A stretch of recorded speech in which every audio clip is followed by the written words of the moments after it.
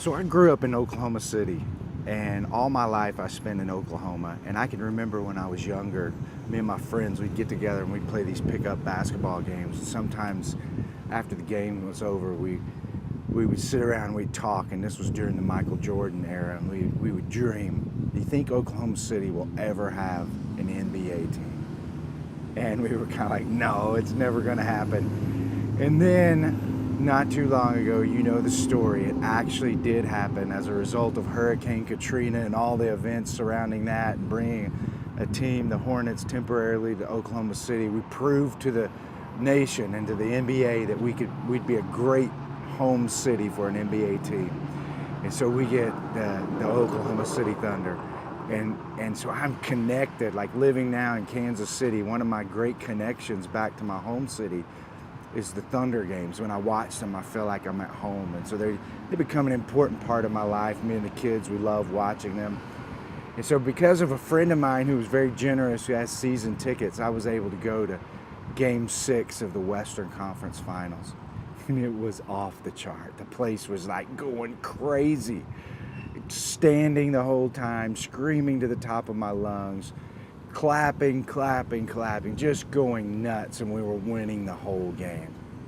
And then Klay Thompson goes off, and you could just feel it slipping away. And then in an instant, in the last 2 minutes of the game, we lost. And man, it was the most discouraging and depressing feeling. I literally felt sick, like I was gonna throw up. My boys felt the same way. We proceeded to walk out of the arena.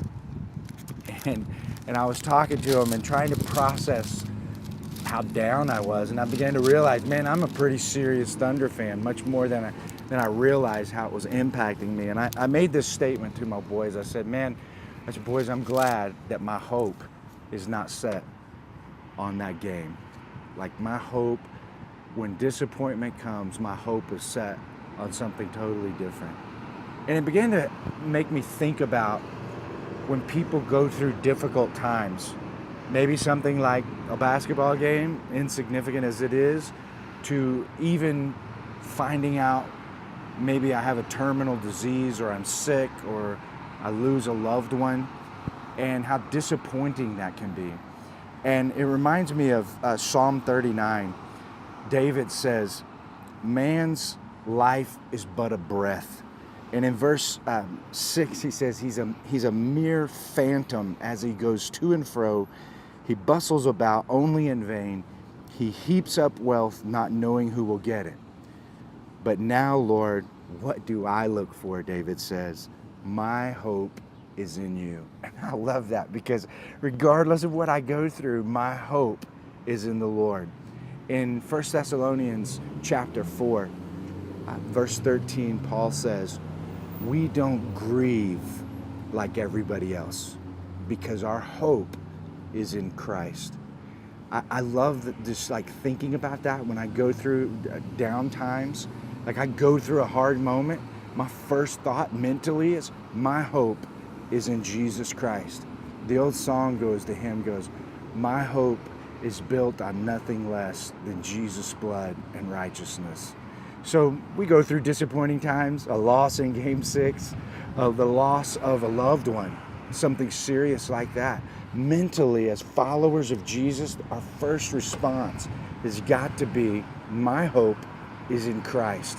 And that immediately begins to shift everything about me. And I can process through a difficult experience and come out of it without it really letting me slip into a state of depression.